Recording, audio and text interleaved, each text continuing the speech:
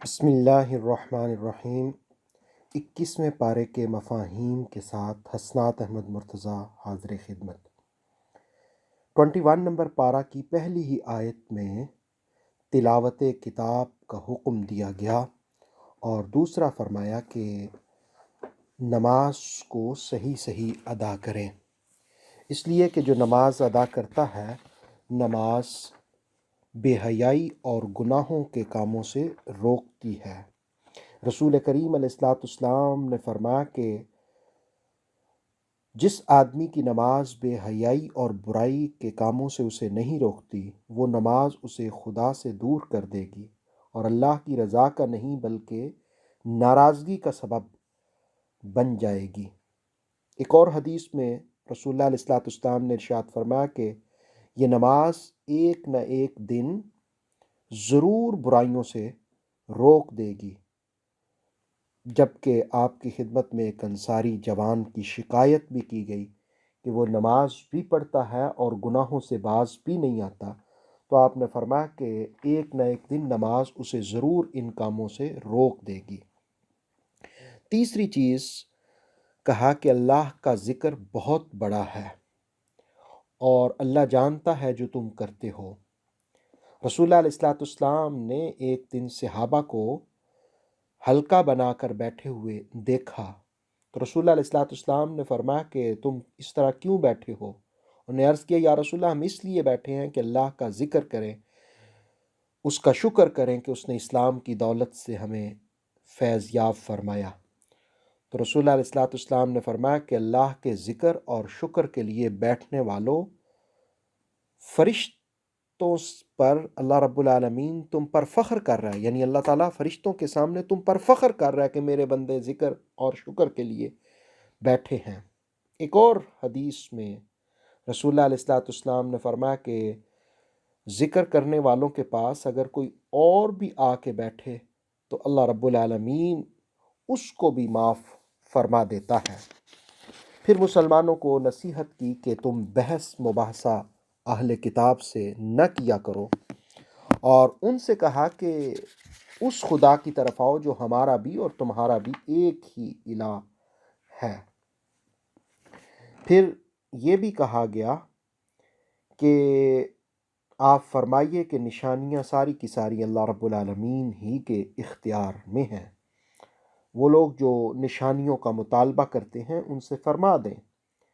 اور پھر کہا کہ انہیں کتاب پڑھ سنائیں، وہ کتاب جس میں نصیحت اور رحمت ہے مومنوں کے لیے۔ 21ویں پارے کا دوسرا رکوع شروع ہوا تو فرمایا کہ میرے اور تمہارے درمیان اللہ گواہ کافی ہے، اور وہ لوگ جو ایمان نہیں لاتے باطل پر ڈٹے رہتے ہیں وہ گھاٹے کا سودا کرتے ہیں، اور وہ لوگ جو عذاب جلدی ہونے کا مطالبہ کرتے ہیں اگر اللہ نے میعاد مقرر نہ کی ہوتی تو ان پر آ جاتا عذاب، اور جب آئے گا تو وہ پھر اوپر سے نیچے سے ہر طرف سے انہیں عذاب ڈھانپ لے گا۔ 57 نمبر آیت میں کہا کہ ہر نفس نے موت کا ذائقہ چکھنا ہے، ایمان والوں کے لیے جنت ہوگی اور صبر کرنے والے اللہ ہی پر بھروسہ کرتے ہیں، اور وہ لوگ جو پھر جاتے ہیں اللہ کی راہ سے انہیں سمجھنا چاہیے کہ اللہ ہی رزق کشادہ کرنے والا ہے اور اللہ ہی رزق کو تنگ کرنے والا ہے۔ اور اگر آپ سے یہ پوچھیں کہ آپ ان سے پوچھیں کہ کس نے آسمان سے پانی اتارا اور کون مردہ زمین کو زندگی دیتا ہے۔ تیسرے رکوع کا جس وقت آغاز ہوا تو کہا کہ یہ دنیا کی زندگی لہو و لعب کے سوا اور کچھ بھی نہیں ہے۔ وہ لوگ جو ناشکری کرتے ہیں ان قریب جان لیں گے ان کا انجام کیا ہوا، اور وہ لوگ جو باطل پر ایمان رکھتے ہیں اور اللہ کی نعمتوں کا شکر ادا نہیں کرتے تو ان کے لیے بھی اللہ رب العالمین نے سخت عذاب دیا ہے۔ اس طرح سورہ عنکبوت کے مکمل ہونے کے بعد سورہ روم کا آغاز ہوا۔ اس میں اللہ رب العالمین نے کچھ مستقبل کی خبریں عطا فرمائیں کہ غلبت الروم، کہ رومیوں کو ان کے غلبے کی بات کی، اور پھر کہا کہ قریب ہی کی زمین میں ہارنے کے بعد وہ ضرور غالب آئیں گے، یعنی روم والے پہلے شکست کھائیں گے، پھر اس کے بعد ان کو غلبہ بھی ملے گا فی بضع سنین، چند سالوں میں۔ جس وقت بدع کہا تو حضرت ابو بکر صدیق رضی اللہ تعالی عنہ نے مشرکین سے کہا زیادہ خوشیاں نہ مناؤ، روم پھر غالب آئے گا۔ تو 3 سال کی شرط باندھی، تو حضور علیہ الصلوۃ والسلام کو آ کے بتایا، آپ نے فرمایا کہ بدعہ کا اطلاق 3 سے 9 سال کا ہوتا ہے۔ پھر 9 سال کا وقت مقرر کیا گیا، اور ابی ابن خلف نے شرط لگائی، وہ تو ہلاک ہو گیا شرط پوری ہوتے وقت، لیکن اس کے رشتہ داروں نے 100 اونٹ دیے تھے، لیکن شرط پہلے حرام نہیں تھی، بعد میں ممانعت ہوگی تو رسول اللہ علیہ السلام کے سامنے پیش کیے، تو حضور علیہ الصلوۃ والسلام نے فرمایا کہ ان کو ابو بکر صدقہ کر دو۔ پھر کہا کہ اللہ اپنے وعدے کی مخالفت نہیں فرماتا۔ پھر جس وقت 5واں رکوع شروع ہوا تو اس میں قیامت کا ذکر ہوا اور مجرم لوگوں کا بھی ذکر ہوا، اور یہ بھی فرمایا کہ قیامت والے دن مسلمان اور کافر الگ الگ ہوں گے، مسلمان جنت میں ہوں گے اور اللہ سے ملاقات کو جھٹلانے والے عذاب میں ہوں گے۔ آیت نمبر 17 میں کہا صبح و شام اللہ کی تسبیح بیان کرو، دوپہر کو بھی یعنی سے پہر کو بھی اللہ کی تسبیح اور اس کی حمد کرو، اس لیے کہ اللہ ہی مردہ کو زندہ سے نکالتا ہے اور مردہ کو اور زندہ کو مارتا ہے، یعنی زندگی موت وہی فرمانے والا ہے۔ 6واں رکوع شروع ہوا تو اس میں بھی اللہ کی آیات کی نشانیاں، اللہ کی نشانیاں بیان کی کہ اس نے تمہیں مٹی سے پیدا کیا، یعنی آدم کو، پھر اس کے بعد اس نے حضرت آدم سے تمہیں پیدا کیا، اور پھر کہا کہ اللہ نے تمہارے لیے تسکین اور سکون کے لیے تمہاری ہی جنس سے تمہاری ازواج بھی پیدا کیں، اور تمہارے اور ان کے درمیان مودت اور رحمت کے جذبات بھی پیدا فرما دیے، اور میاں بیوی کے اس رشتے میں بھی اللہ رب العالمین کی بہت سی نشانیاں ہیں اگر تم غور و فکر کرو کہ کس طرح اللہ رب العالمین اس کے ذریعے انسانوں کی نسل کی افزائش کا سلسلہ بڑھاتا ہے۔ پھر فرمایا کہ آسمان اور زمین کی تخلیق میں اور رنگوں اور زبانوں کے اختلاف میں، مختلف زبانوں کے اختلاف میں اور رنگوں کے اختلاف میں بھی اہل علم کی لیے نشانیاں ہیں۔ رات کو اس نے تمہارے سونے کے لیے اور دن کو تمہارے رزق کی تلاش کے لیے بنایا، اور پھر فرمایا کہ اللہ کی نشانیوں میں سے یہ بھی ہے کہ وہ بجلی بھی گراتا ہے اور وہ بنجر زمین کو زندگی بھی بخشتا ہے۔ اس کی قدرت کی نشانیوں سے یہ بھی ہے کہ آسمان اور زمین سب اسی کے حکم میں ہیں۔ اور پھر جس وقت 6واں رکوع شروع ہوا تو فرمایا کہ تمہارے لیے مثال بیان کی کہ جو تمہاری خدمت پر مامور ہیں ان کو بھی اور تمہیں بھی دینے والا اللہ رب العالمین ہی ہے، وہی اپنی آیات کو تفصیل کے ساتھ بیان کرتا ہے۔ پھر فرمایا کہ وہ لوگ جو اپنی نفسانی خواہشات کی پیروی کرتے ہیں بغیر کسی دلیل کے، وہ گمراہ ہوتے ہیں اور ان کا کوئی مددگار نہیں۔ حکم دیا کہ اللہ کے دین کی طرف اپنا رخ پوری یکسوئی کے ساتھ پھیر لیجئے، اور اللہ کے کلمات میں کوئی تبدیلی نہیں ہے، اللہ ہی کا دین سیدھا ہے۔ اور مسلمانوں سے کہا کہ تم اپنا رخ اسلام ہی کی طرف پھیرو، نماز قائم کرتے رہو، تقوی اختیار کرتے رہو، اور شرک سے اپنے آپ کو باز رکھو۔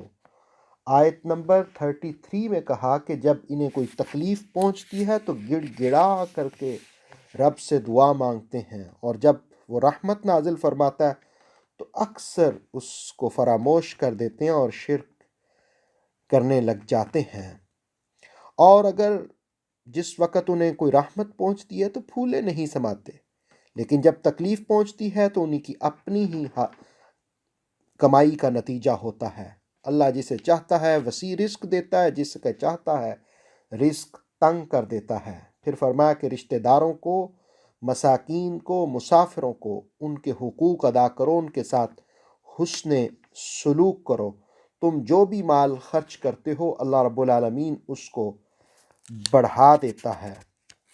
پھر جس وقت 8واں رکوع شروع ہوا تو فساد کا ذکر کیا کہ وہ لوگ جو خشکی میں بھی اور دریاؤں میں بھی فساد بپا کرتے ہیں ان کے لیے کچھ سزائیں ہیں تاکہ شاید وہ باز آ جائیں۔ آیت نمبر 42 میں حکم دیا کہ زمین میں چل پھر کر دیکھو جھٹلانے والوں کا انجام کیسا ہوا۔ 43 میں کہا کہ اپنا رخ دین کی طرف قائم کر لو، اور جو کفر پر قائم رہے گا اس کا وبال اسی پہ ہوگا، جو اعمال صالح کرے گا اس کے لیے جنت۔ اللہ منکرین کو پسند نہیں کرتا۔ ہاں، اللہ تعالیٰ ہوائیں چلاتا ہے جو تمہارے لیے خوشخبری کا سبب ہوتی ہیں، اور پھر اللہ رب العالمین ہی ہے جو اپنے رسولوں کو بھیجتا ہے روشن دلیلوں کے ساتھ، لیکن جو ان کو جھٹلاتا ہے پھر اللہ ان مجرموں سے بدلہ بھی لیتا ہے اس جھٹلانے کا، اور وہی ہے جو زندہ کرتا ہے مردوں کو، وہ ہر چیز پر قادر ہے۔ ہاں، جب وہ ہوائیں بھیجتا ہے تو تم دیکھو کیسے تمہارے کھیت لہلہانے لگ جاتے ہیں جو پہلے خشک ہو چکے ہوتے ہیں۔ اللہ رب العالمین ہی یہ سارا نظام چلانے والا ہے۔ پھر جس وقت 9واں رکوع شروع ہوا تو انسانی زندگی کی تخلیق کے مختلف مرحلوں کو بیان کیا کہ اللہ جس وقت تمہیں پیدا کرتا ہے تو کمزور ہوتے ہو، یعنی بچہ جو ہے وہ کتنا کمزور ہوتا ہے۔ پھر فرمایا کہ اللہ تمہیں طاقت دیتا ہے اس کمزوری کے بعد، یعنی جوانی، پھر تمہیں وہ بڑھاپا دیتا ہے۔ اللہ تعالیٰ جو چاہتا ہے وہی کرتا ہے اور وہی سب قدرتوں کو جاننے والا ہے۔ اور پھر فرمایا کہ جس وقت قیامت قائم ہوگی تو یہ مجرم قسم کے لوگ قسمیں اٹھائیں گے۔ آیت نمبر 58 میں بیان کیا کہ اس قرآن میں ہم نے ہر قسم کی مثال بیان کر دی ہے، اور پھر بھی جو نہ مانے تو ایسے لوگوں کے دلوں پر اللہ مہر لگا دیتا ہے۔ آخری آیت میں کہا کہ آپ بھی صبر فرمائیں، اللہ رب العالمین کا وعدہ سچ ہے۔ سورہ روم کے بعد سورہ لقمان کا آغاز ہوا۔ حضرت لقمان ایک نوبہ کے گمنام علاقے کے تھے، حبشیوں کی طرح سیاہ فام تھے، لیکن ان کی عقل مندی اور دانش مندی کی مثالیں لوگ دیتے ہیں، اور رہتی دنیا تک ان کی دانش مندی کی مثالیں دی جاتی رہیں گی۔ سورہ لقمان کا آغاز بھی کتاب رحمت کی عظمت کے ساتھ ہوا کہ یہ کتاب سراپا ہدایت بھی ہے اور نیکی کرنے والوں کے لیے رحمت بھی ہے۔ تم صحیح نماز قائم کیا کرو، زکوٰۃ دیا کرو، اور آخرت پر یقین رکھا کرو۔ جو ایسا کرتا ہے اللہ اسے ہی کامیاب فرمانے والا ہے۔ اور وہ لوگ جو مقصد حیات سے غافل ہو کر زندگی کو لہو و لعب میں بسر کرتے ہیں اور وہ اللہ کی راہ سے ہٹ جاتے ہیں، ان کے لیے بڑا عذاب ہے۔ اور پھر یہ بھی فرمایا کہ جو آیات سے منہ پھیرتا ہے تکبر کی وجہ سے اس کو بھی عذاب کی بشارت دیں، لیکن اس کے برعکس جو ایمان لائے اطاعت کرے اس کے لیے جنت ہے۔ پھر فرمایا کہ ذرا دیکھو تو صحیح اللہ نے کس طرح آسمان کو بغیر چھتوں کے پیدا فرما دیا، اور ان اونچے اونچے پہاڑوں کو، پھر زمین کے اندر جانور پھیلا دیے، پھر آسمان سے وہ پانی نازل کرتا ہے، پھر طرح طرح کے نفیس قسم کے جوڑے اس نے پیدا کر دیے ہیں یہ سب اللہ کی تخلیق ہے، لیکن ظالم لوگ اس کے باوجود کھلی گمراہی میں ہیں۔ پھر فرمایا کہ ہم نے لقمان کو حکمت عطا کی اور فرمایا کہ اللہ کا شکر ادا کرو۔ جو شکر کرتا ہے وہ اپنا ہی بھلے کے لیے شکر ادا کرتا ہے، اور جو اللہ کی نعمتوں کی ناشکری کرتا ہے تو اللہ رب العالمین غنی ہے۔ اور پھر فرمایا کہ حضرت لقمان نے اپنے بیٹوں کو نصیحت کی اور کہا کہ اے میرے پیارے بیٹو، اللہ کے ساتھ کسی کو شریک نہ ٹھہرانا شرک بہت بڑا ظلم ہے، اور والدین کے ساتھ حسن سلوک کرنا۔ پھر قرآن مجید سورہ لقمان کی 14 نمبر آیت نے کہا کہ دیکھو تو صحیح ماں نے کس طرح اپنے شکم میں تمہیں اٹھایا، پھر تمہیں دودھ پلایا، تم کمزور تھے۔ تم والدین کے ساتھ حسن سلوک کرو اور اللہ کا بھی شکر ادا کرو۔ اور پھر فرمایا کہ میری ہی راستے پر چلو۔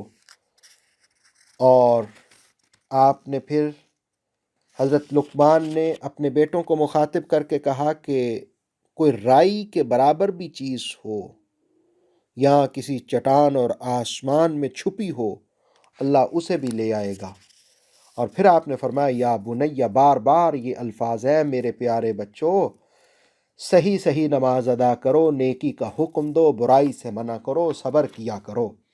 جو مصیبتیں تمہیں پہنچیں ان پر بھی صبر کرو، بے شک بڑی یہ ہمت کے کام ہے۔ اور اپنے آپ کو تکبر میں مبتلا نہ کرو اور زمین میں اترا کر نہ چلو، اس لیے کہ اللہ کسی بھی گھمنڈ کرنے والے، تکبر کرنے والے، فخر کرنے والے کو پسند نہیں کرتا۔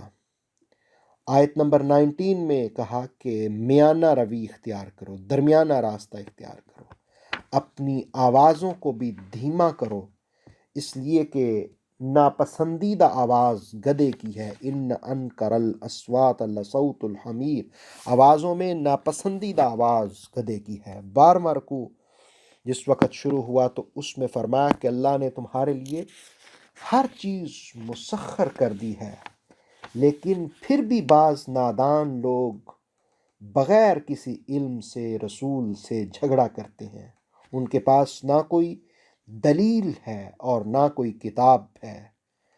اور پھر فرمایا کہ جو شخص 22 نمبر آیت میں فرمایا کہ جو شخص اپنے آپ کو اللہ کے سپرد کر دیتا ہے اور نیکی کرتا رہتا ہے، دراصل اس نے عروہ وثقیٰ کو اختیار کر لیا، یعنی مضبوطی سے اس کو پکڑ لیا اللہ رب العالمین، اور وہی کامیاب ہونے والا ہے۔ اور پھر یہ بھی فرمایا کہ سینوں میں جو بھی چھپا ہے اللہ اس کو خوب جاننے والا ہے، یعنی اپنے سینوں میں اچھی باتیں پیدا کرو، نیکی پیدا کرو، اچھے خیالات پیدا کرو۔ اور پھر فرمایا کہ اس دنیا کے اندر تھوڑا سا ہم فائدہ دیں گے مشرکین، منکرین کو، پھر عذاب کی طرف جھکا دیے جائیں گے۔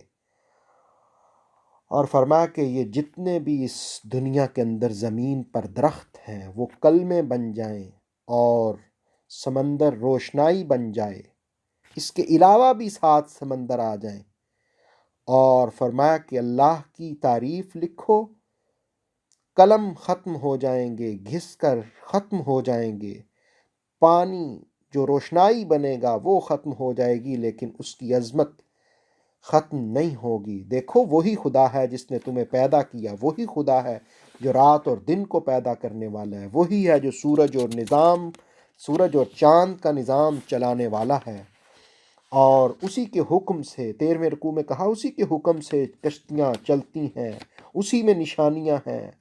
اور پھر جس وقت پہاڑوں جیسی موجیں انہیں ڈھانپ لیتی ہیں تو اس وقت وہ مخلص ہو کر اللہ کو پکارتے ہیں، پھر جس وقت وہ بچا دیتا ہے تو پھر وہ بھول جاتے ہیں۔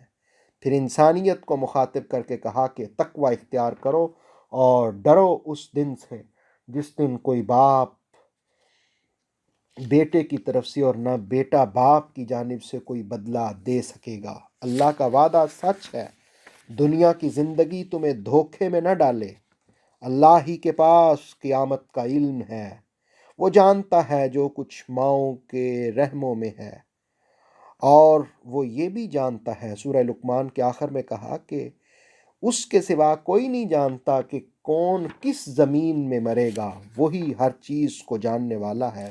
سورہ لقمان کے بعد 21ویں پارے میں سورہ سجدہ کا آغاز ہوا۔ اس کے شروع میں بھی کتاب کی عظمت اور کہا اس میں ذرہ بھی شک نہیں ہے۔ اور وہ لوگ جو اللہ کے بارے میں الزامات گھڑتے ہیں، آپ انہیں ڈرائیں، شاید وہ ہدایت پائیں۔ اللہ ہی ہے جس نے 6 دنوں میں زمین و آسمان کو پیدا فرمایا۔ منکرین کے لیے اللہ کے سوا کوئی مددگار اور سفارشی نہ ہوگا۔ ہر چھوٹے بڑے کام کی تدبیر زمین و آسمان میں وہی فرمانے والا ہے۔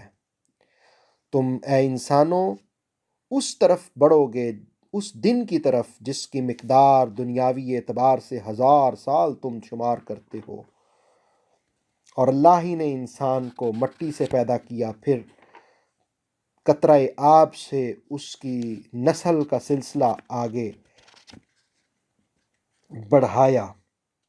اور اس رکوع کے آخر میں کہا کہ فرمائیے اللہ ہی فرشتوں کے ذریعے جو تم پر مقرر کیے ہیں جان تمہاری لے گا، تمہیں موت دے گا، تم اسی کی طرف لوٹ کر جاؤ گے۔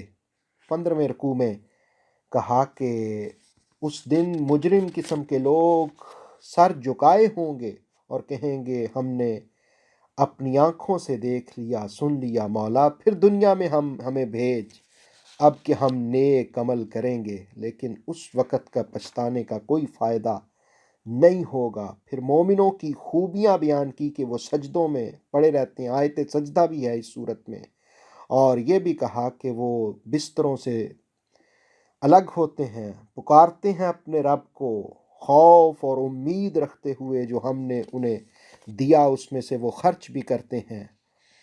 اور پھر فرمایا کہ آنکھوں کی ٹھنڈک کوئی نہیں جانتا اللہ نے کن نعمتوں میں چھپا رکھی ہے۔ اور پھر یہ بھی 18 نمبر آیت میں فرمایا کہ مومن اور فاسق برابر نہیں ہو سکتے، مومن کا ٹھکانہ جنت ہوگا اور فاسق کا دوزخ۔ آیت نمبر 22 میں یہ کہا کہ اس سے بڑا ظالم کون ہے جسے نصیحت کی گئی اور پھر بھی وہ اللہ کی آیتوں سے روح گردانی کر لیتا ہے۔ پھر حضرت موسیٰ کا ذکر ہوا، پھر کہا قیامت والے دن اللہ ہی فیصلہ فرمائے گا۔ اور یہ لوگ جو بار بار پوچھتے ہیں کہ فیصلہ کب ہوگا، آپ فرمائیں کہ اگر تمہیں بتا بھی دیا جائے تو تمہیں کوئی فائدہ نہیں ہوگا، تمہیں مہلت دی جا رہی ہے، تم بھی انتظار کرو اور وہ بھی انتظار کریں۔ اس طرح سورہ سجدہ کی تکمیل کے بعد سورہ احزاب کا آغاز ہوا۔ اس کے پہلے ہی کلمات یہ ہیں کہ اے نبی، یا ایھا النبی، اے نبی تقوی اختیار کیجئے اور منافقین اور منکرین کافرین کی اطاعت نہ کریں، آپ اس کی پیروی کریں جو آپ کی طرف وحی کیا جاتا ہے۔ اور اس کائنات کے اندر رہنے والے لوگوں تم جو بھی کرتے ہو اللہ اس کو خوب جانتا ہے۔ آیت نمبر 3 میں کہا محبوب اللہ پر بھروسہ کریں، اس پر توکل کریں، وہی بہتر کارساز ہے۔ اور آیت نمبر 4 میں کہا کہ اللہ نے کسی شخص کے سینے میں 2 دل نہیں دیے، ما جعل اللہ لرجل من قلبین فی جوفہ، کسی کے سینے میں 2 دل نہیں ہیں۔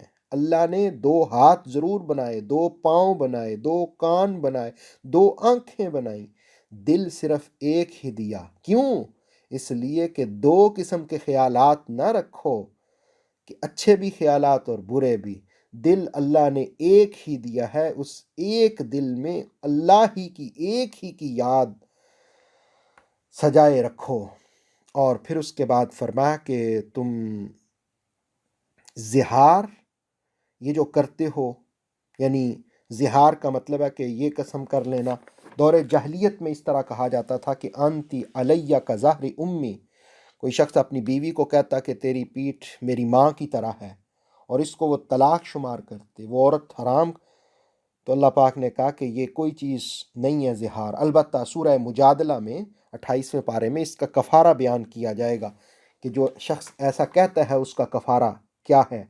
اور پھر فرمایا کہ تمہارے منہ بولے بیٹوں کو تمہارا اللہ نے بیٹا نہیں بنایا، دراصل زید بن حارثہ رضی اللہ تعالی عنہ رسول اللہ علیہ السلام کی خدمت میں تھے۔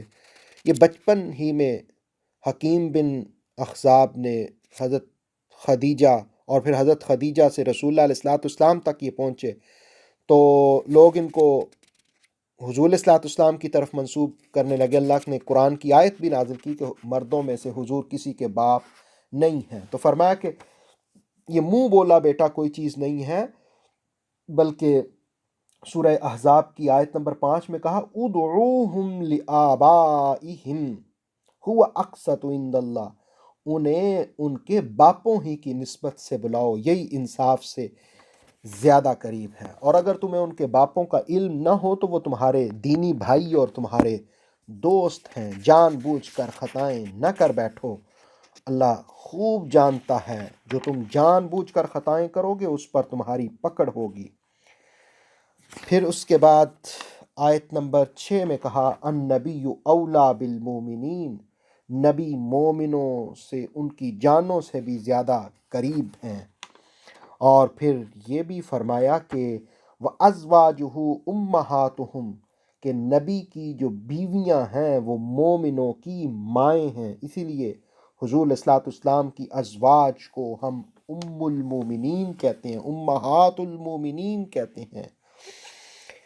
اور پھر آیت نمبر 7 میں کہا کہ محبوب یاد کرو جب ہم نے تمام نبیوں سے عہد لیا تھا، نوح سے بھی، ابراہیم سے بھی، آپ سے بھی، موسیٰ سے بھی، عیسیٰ سے بھی، اور پختہ عہد لیا تھا۔ اور پھر جس وقت 18واں رکوع شروع ہوا تو اللہ رب العالمین نے فرمایا کہ ایمان والو اس نعمت کو یاد کرو۔ یہ کس نعمت؟ دراصل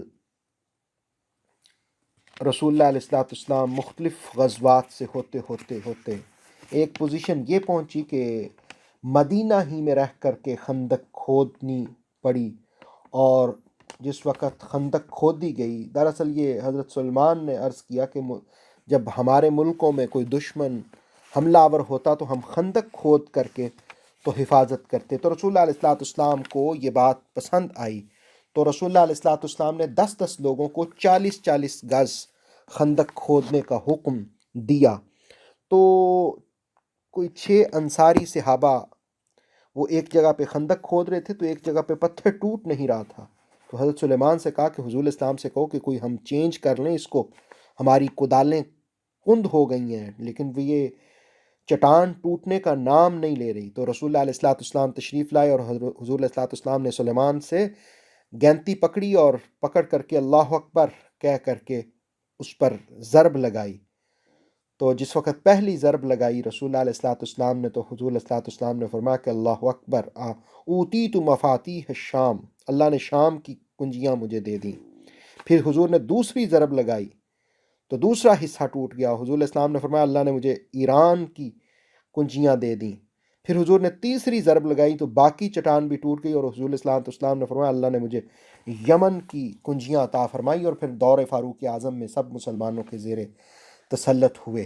تو اس پورے رکوع میں اس غزوہ خندق کا کہ 1 مہینے تک انہوں نے محاصرہ کیے رکھا، اور پھر اللہ رب العالمین نے ایسی ہوائیں چلائیں اور آندھی چلی کہ وہ سب بھاگ گئے، اور اس طرح مسلمانوں کو بغیر جنگ کے اللہ نے فتح نصیب فرمائی۔ تو اس نعمت کو یاد دلایا گیا۔ پھر جس وقت 19واں رکوع شروع ہوا تو فرمایا کہ لَقَدْ كَانَ لَكُمْ فِي رَسُولِ اللَّهِ أُسْوَةٌ حَسَنَةٌ، حضور صلی اللہ علیہ وسلم کی زندگی تمہارے لیے نمونہ ہے ان لوگوں کے لیے جو اللہ اور آخرت پر ایمان رکھتے ہیں اور کثرت سے اللہ کو یاد کرتے ہیں۔ اور پھر